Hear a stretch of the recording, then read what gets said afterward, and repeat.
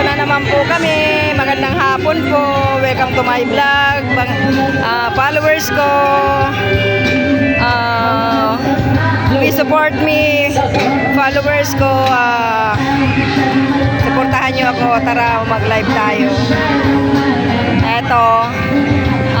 Dito na naman ako sa Kanyakan kung tawagin nila. Dito sa San Jose del Monte, Norsagaray. Ayan. Hindi na pala siya San Jose del Monte, Norsagaray, Bulacan na. Ayan. Ito, ang marami siyang mga customer, oh. Hanggang doon yan, yung hindi ko pa nakikita, maraming tao hanggang dito. Ayan, doon sa simula na pumasok kami dito sa looban, daming tao.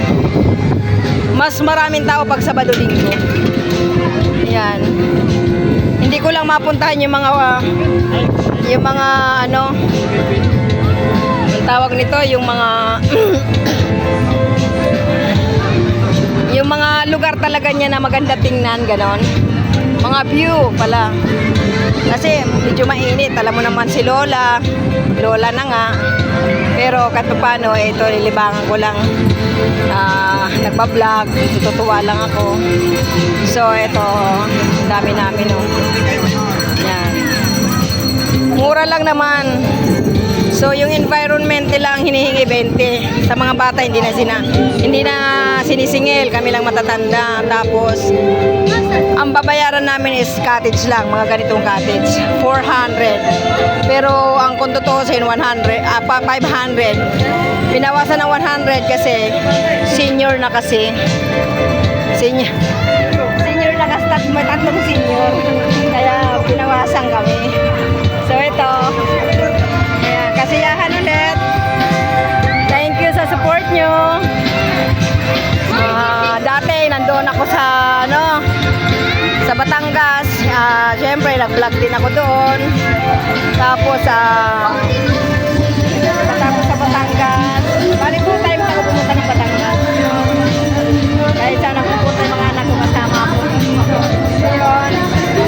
Tapos pumunta kami ng Hot Spring, Laguna. Isang anak ko sinama rin ako. Tapos ngayon, biglaan lang ko, pumunta kami na dito, Kanyakan. Kaya, ganun lang po. Yan. Wala nga kami gaanong dala eh. O, yun, nagsaing lang, dito na kami na nanghalian. Kaya yun. Yung dalawang iski ko, yan. Laging kasama ko yung dalawang iski ko. Pero kung may mangyayari sa akin, hindi sila responde kasi mas matanda sila sa akin.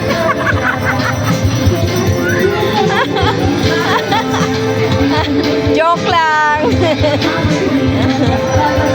Mga kuya-kuya ko na to, kaya nakakatuwa rin. B1 at saka dito. Oo, ang pangalan niya B1 at saka si Bito. Ganun lang po. Okay guys.